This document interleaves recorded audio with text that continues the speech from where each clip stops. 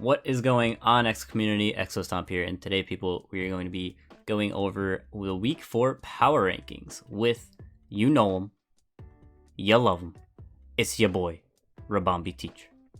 What's going on, guys? RibombeeTeacher in the house, and I have somehow managed to escape from Exo's kitchen sink. I don't quite know how he managed to stuff me in there, but I escaped from the plug hole. He didn't block me far enough. Damn it. I swear I put it on correctly. Alright, well, I'll try next time. Anyways, yeah, so one thing that I would like to go over before we actually get into this power rankings is that the week of Week 4, Arvid did drop, because he was pretty busy with school and all that stuff, I'm pretty sure. And so Hopeless is a new player that came in and took over Arvid's spot, and they actually won. That's the Bodacious Barachis. So yeah, that's why they're moved up a little bit. Exo didn't want to say this, but I'm gonna say it anyway, so he's gonna hate me for this in post. But he rather jokingly said Hopeless didn't live up to his name. I think Arvid was the Hopeless one. Don't tell anyone I said that. Don't mind me. My god. That was supposed to be a signal. Nah, of course it's all a joke, by the way. Yeah. No one take that seriously. Like, we're not actually serious. Arvid isn't hopeless by any means. But yeah, it is what it is. Yeah. Yeah, but yeah, you can see 16 through 11 is right here. Like I said, we're not going to really go over them, but I would just like to say for the Sandy Snails and the Houston Helios, you guys still can make playoffs if you just start winning games. There is definitely a possibility. So yeah, don't give up hope if you're down here. So yeah, going on to number 10, we have the Hapini's Slaves. So this game was actually pretty interesting. I managed to catch a little bit of it, and I would like to say that what was it? The Tyranitar actually, we'll go over that part, but the Rotom Fan and the Toxapex were pretty good in that game. I don't know if they did as much as they could have done, but they had a rough matchup, I would say, because versus stuff like an Excadrill Tyranitar versus their team, like, it's really tough for them. Yeah, they really had an awkward matchup. Their biggest unfortunate problem was not being able to keep hazards off the field. Obviously, Boots Rotom Fan is pretty common. That's nothing unusual. But they just couldn't keep it. They just couldn't keep their opponents from setting up. And they just couldn't break through the key components of the team. And by the time they got through the Gerda, the Celebi, which the Celebi was really annoying for them. Probably, in my opinion, one of their most annoying things.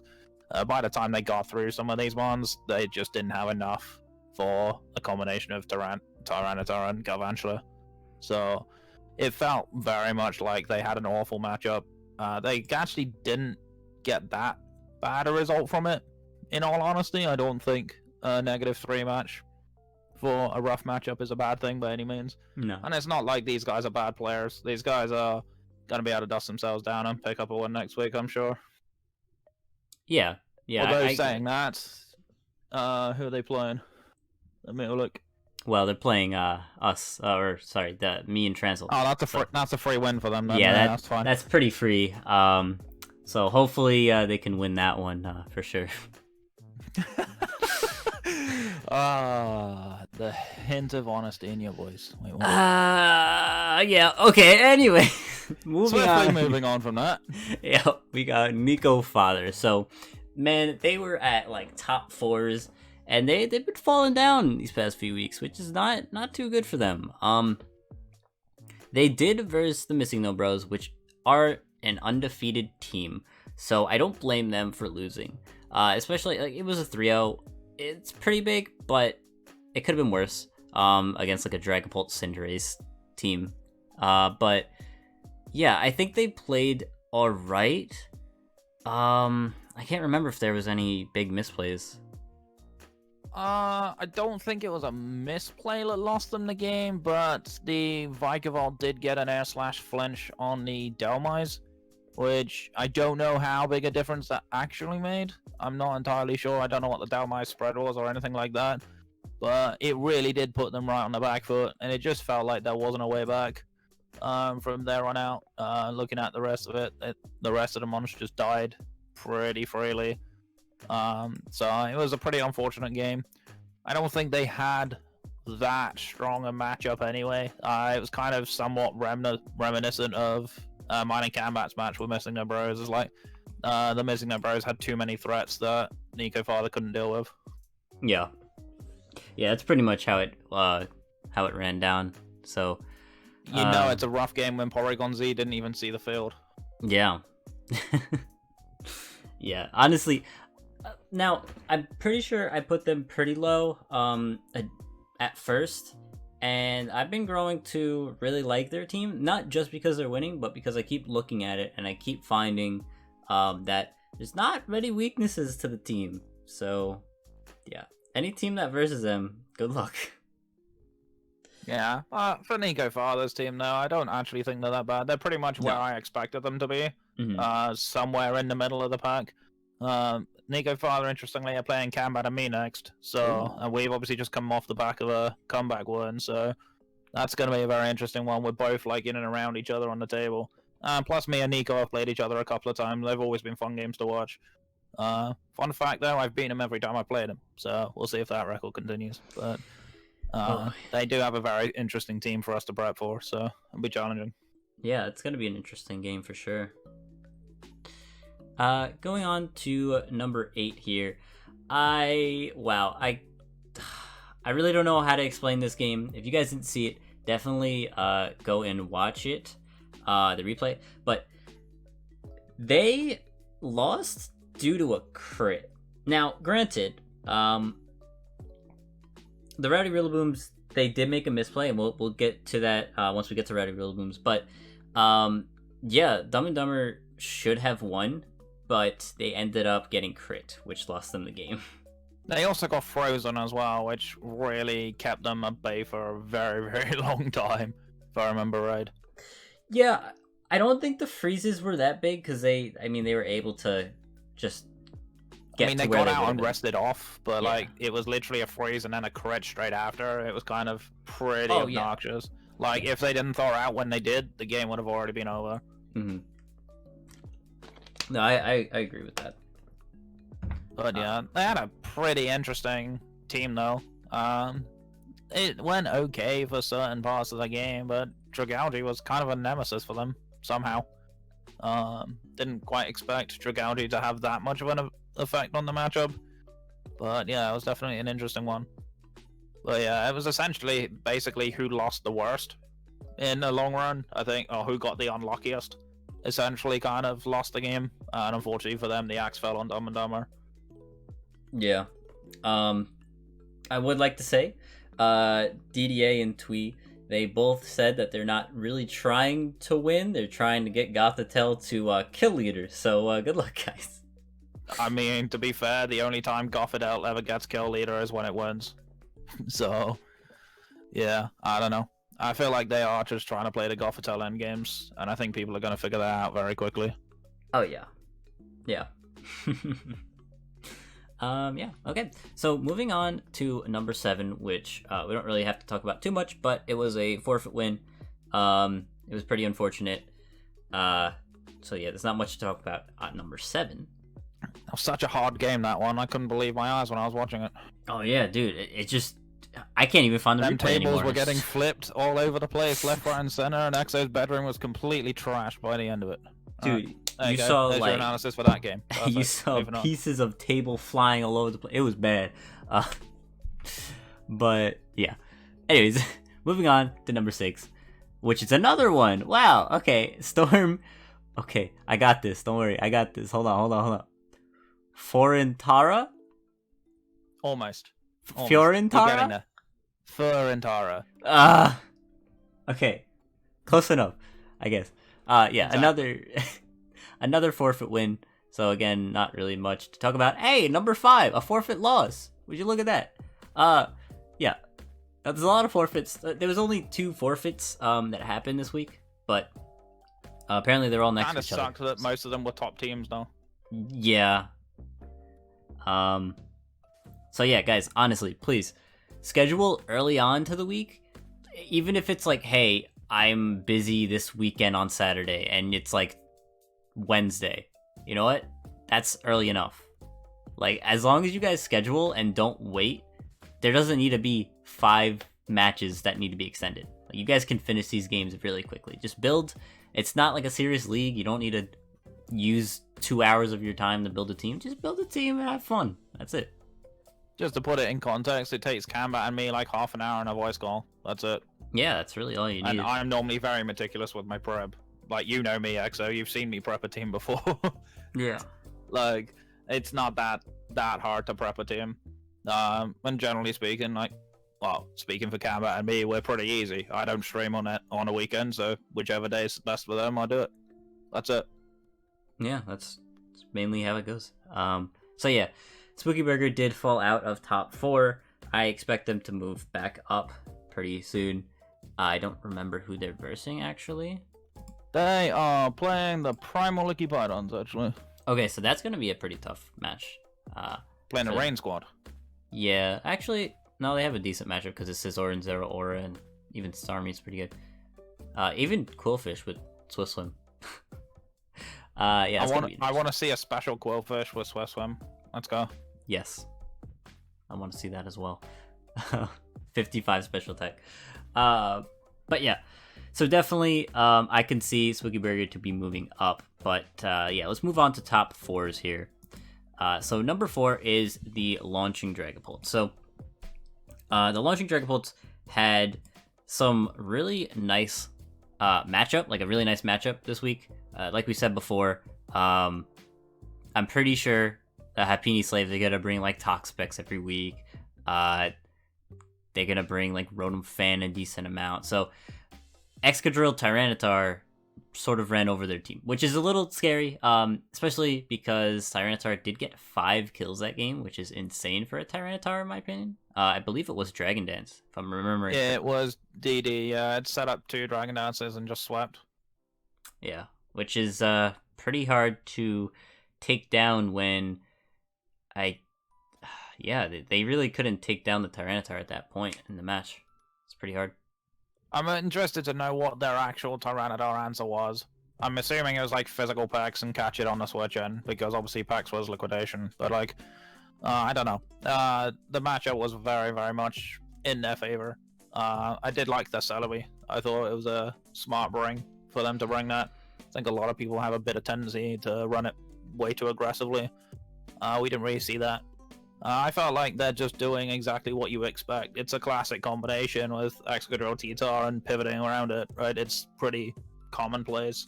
And they're just playing it extremely well. There's not really much you can really fault from it. I don't think there was too much of an issue. Mm-hmm. I can't think of a glaring weakness that they have, actually. They're just a very solid team. Yeah. No, they played very well that game. Yeah, there's not much that we can talk about besides that they had a good matchup, and they played the Tyranitar well, which is what they needed to do. So, yeah.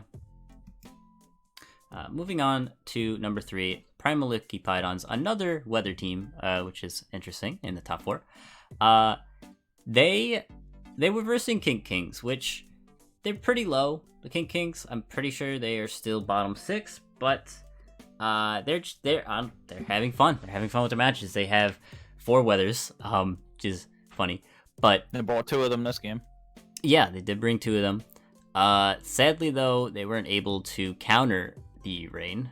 But it was interesting to see stuff like the Silvally putting in a little bit of work, and but yeah, Primal Licky Pythons, they played really well. I believe their Crawdaunt and Ferrothorn got the most kills out of that match, which was cool to see. I liked Ferrothorn. I think it played really well into the King Kings. Yeah. I mean, this was standard weather war when your team is actually a weather team versus a team that's not really a weather team, but it pretends to be one, right? It's very much a case of which is the better team composition. And even in team preview, you look at it, and it's like, okay, well, the King Kings didn't have that many ways through Blissey, for example. So Blissey was very much a defensive win condition. They did have Dragon Dance Hydreigon, which, you know, is a very, very good one into Blissey, because Blissey's physical defense is made of paper. But unfortunately, it got paralyzed, so there was no real way for it to actually do anything. By the time I actually wanted to click a move, it actually got parahexed and then died to a body press. So yeah, that was definitely unfortunate for the King side. But nonetheless, even if the Hydragon didn't get paralyzed and the Blissey went down, I feel like the Licupidon still had way too many answers. Yeah. And I don't really think the Kings had much of a chance. Yeah, they really didn't have much. Their main answer to Blissey, like you said, was a Hydreigon, and they got pretty unlucky. But yeah, the Primal Licupidons, they played to their win condition, and they played it well, and now they're in top 4, so yeah. And looking pretty menacing. They are. Very scary. But yeah, moving on to number 2, we have the Rowdy Rillaboom. So, going back to this, the reason why I said that they basically threw the game, even though they won, was that they used Grassy Glide to kill Raichu, even though they could have just U-turned out, and sack something, or had like a, sack something basically, and then go back into Rillaboom and kill the Gothitelle. Like, there was pressing Grassy Glide there was not the play, because then you can't kill the Gothitelle. You just set up. Luckily, they did win with that crit, like we talked about before. Dragalge had a Psychic Berry, I don't remember what it was called, but it took the stored power and crit with the Sludge Wave and killed the Gothitelle. So, yeah. Yeah, definitely a lot of hacks going on in that particular respect. But yeah, they actually admitted that they had Darkest Lariat on Rillaboom, which you absolutely should. You're up against the Gothitelle, why wouldn't you bring Darkest Lariat? Yeah. So, yeah, they had their win condition played in perfectly well, but they kind of misplayed at the end, but ultimately it didn't make a difference. They got a bit of a 4% fortune favors the bold and ended up picking up the kill and winning. Yeah. They did play Rillaboom well, besides that one play. But yeah, they definitely deserve to be up here. They are lossless. They are 4-0 right now, so hopefully they can keep that up. They are versing the Houston Helios, which hasn't won a game yet, but I still like the team. I think they have an okay matchup. I think that it's gonna come down to execution. Yeah, which the Helios have had a major problem with pretty much all season so far. Yeah, hopefully they can execute their plans pretty well. But yeah, Rillaboom is ranked number 1 on the kill leaderboard with 10 kills. So hopefully we can, honestly, now that I mentioned kill leaderboard, I am glad that Zeraora is not ranked number 1. Okay, because last season it was always ranked number 1, and I was sick and tired. But that was monotype though, so it's a very, very different meta game. Whereas Zeraora, an electric team, is very, very strong. Yeah. But yeah, they didn't move. They're still at number 2, of course, because they are lossless. But yeah, moving on to number 1, we have the Missing No Bros. Again, another lossless team with plus 13 differential, which is great. If you look at this team, insane. I actually don't know if they're gonna drop a game, because they have a freaking Dragapult, a Cinderace. They have so much offensive pressure, it's insane. They did versus Nico Father. They played well. Yeah, the Vikavolt did. Yes, they did get lucky with that Air/Flinch, but like you said before, like, I don't know if it mattered that much. I think they still were in a winning position at that point. Yeah, I mean, ultimately, the Missing No Bros, and same with the Rillabooms, their lost condition is getting too cocky and not playing properly. Like, that's their lost condition at this point. Because they've clearly shown, and, my only doubt with them in the post-draft rankings, which is why I did put them higher up, was I didn't know how well they'd be able to execute this team. But they're kind of showing that actually they're playing this team very well. So it's exactly what you kind of hope for them. So I'm not surprised to see them up here.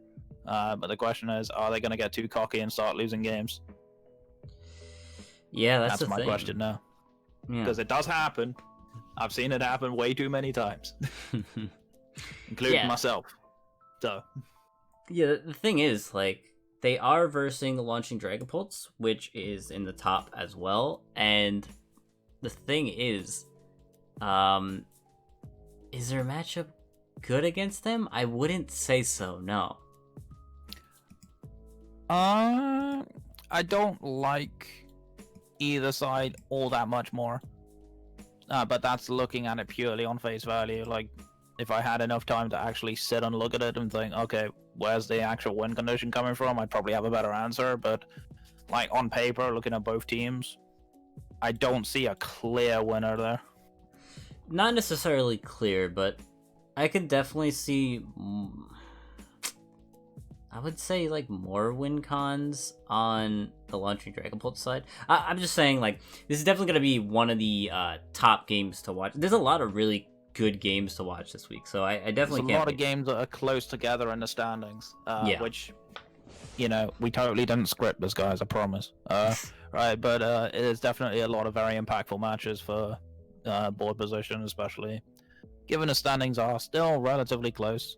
Obviously, yes, we have two undefeated teams, but that can easily change. You know, there's a couple of teams that are on the rise and a couple of teams that are slipping down the ranks. So we'll see how well this goes. Yeah, we'll definitely see. But yeah, guys, that was the power rankings for week number 4. Good luck to everyone in week 5. Again, it looks like there's going to be some really nice games, so I definitely look forward to watching those. But yeah, guys, I will see you next time. Ribombee, would you like to say some final words? Yeah, make sure you stay safe, guys. Make sure you stay awesome. Wash your damn hands. And we'll catch you guys next week. Take care. Peace.